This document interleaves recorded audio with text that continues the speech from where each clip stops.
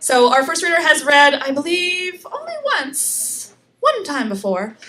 She's born and raised by liberal parents in the Bible Belt of Manitoba. Julianne Hoyek, and has her share of stories as a bored and tormented prairie youth. She continues to roam the hallways of high schools as a drama teacher, so she just may be an expert in the field of teen angst. Tonight she'll be reading excerpts from her high school diary circa 1997 to 2001. Give it up for Julianne.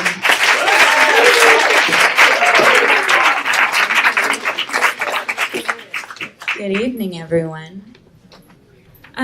First, I want to start by sharing with you a letter that I received just this year from myself, from my 18-year-old self. So apparently in grade 12, we all wrote letters to ourselves, and then our teacher sent them to us, and I just got it this year. Yeah, it was really nice of my teacher to do that. So, yeah, they mailed them. So here's the quotation. This is the woman that I was at 18, the young woman. You can't change who you are and what you look like, so you might as well learn to accept and love yourself and work with what you got going on. Yeah. Concentrate more on what is awesome about you. Who cares about your faults? Yeah.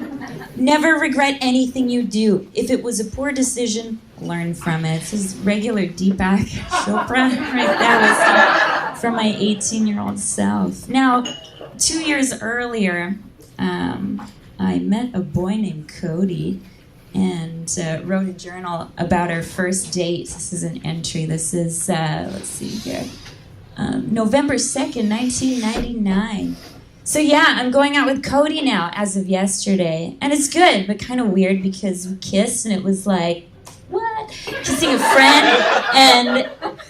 and then I just eaten a peanut butter cup, so it was kind of sticky and peanut buttery and neat. And I was like, hey, this isn't so bad. I could get used to this. So Mallrats Whips. It's a movie from the 90s. No transition, just right into that.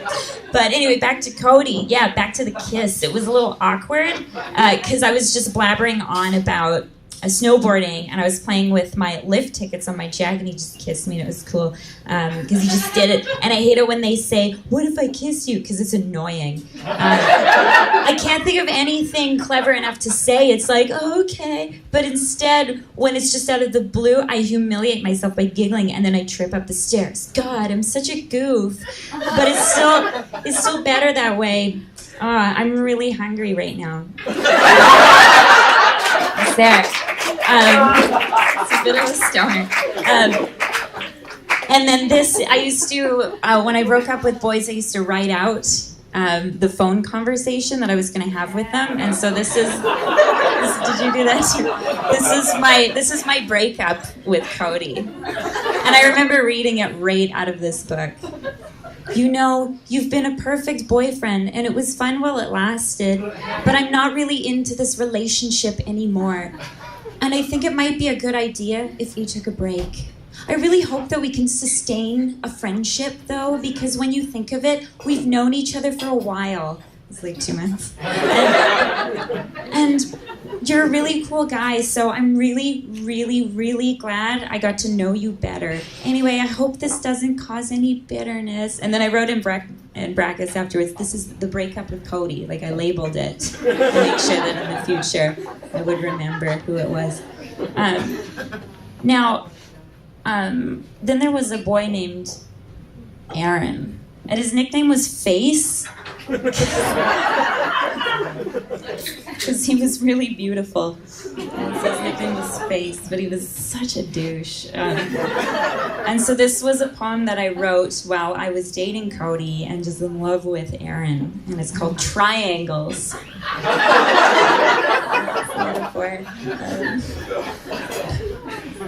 This one's hard. I guarantee. He is promise, like day and night. When seasons change, loyalty. See if you can guess which one is which. So this is Cody and Aaron. Future's face forever is the sea blue gaze, lead box, safekeeping, familiar taste. A risk trips me with a smile, golden, dangerous wonder, hate to want, destroys my life, creates my dreams. I know, right?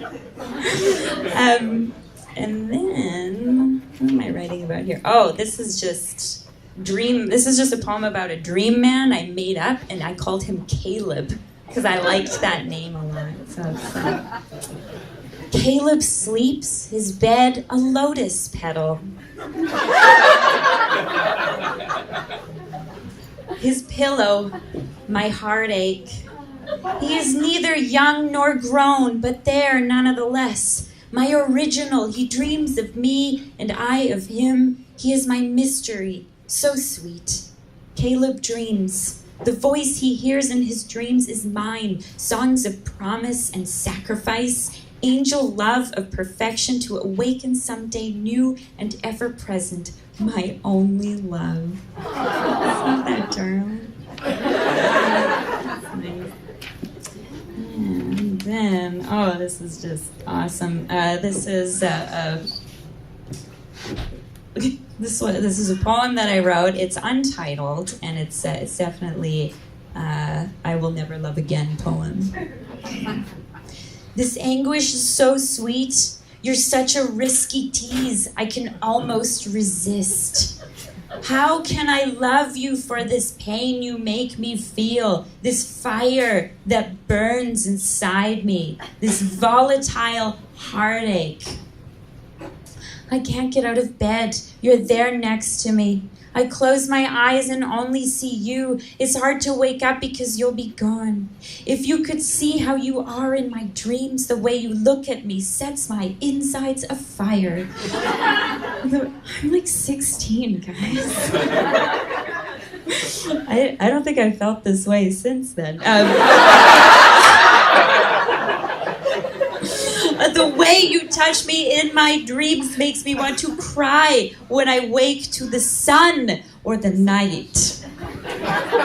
There's more. Okay. Oh, you linger in my thoughts like a ghost that I love to hate. You don't know how much you scare me, hurt me, kill me, turn me on. I'd make it end, but I love it because I know you're not as good as my dreams. And that's the end of it. And then I wrote a note later on, and it says, "This is so stupid."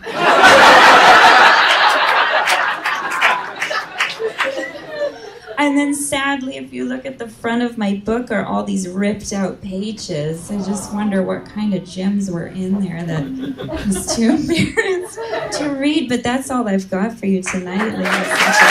Thank you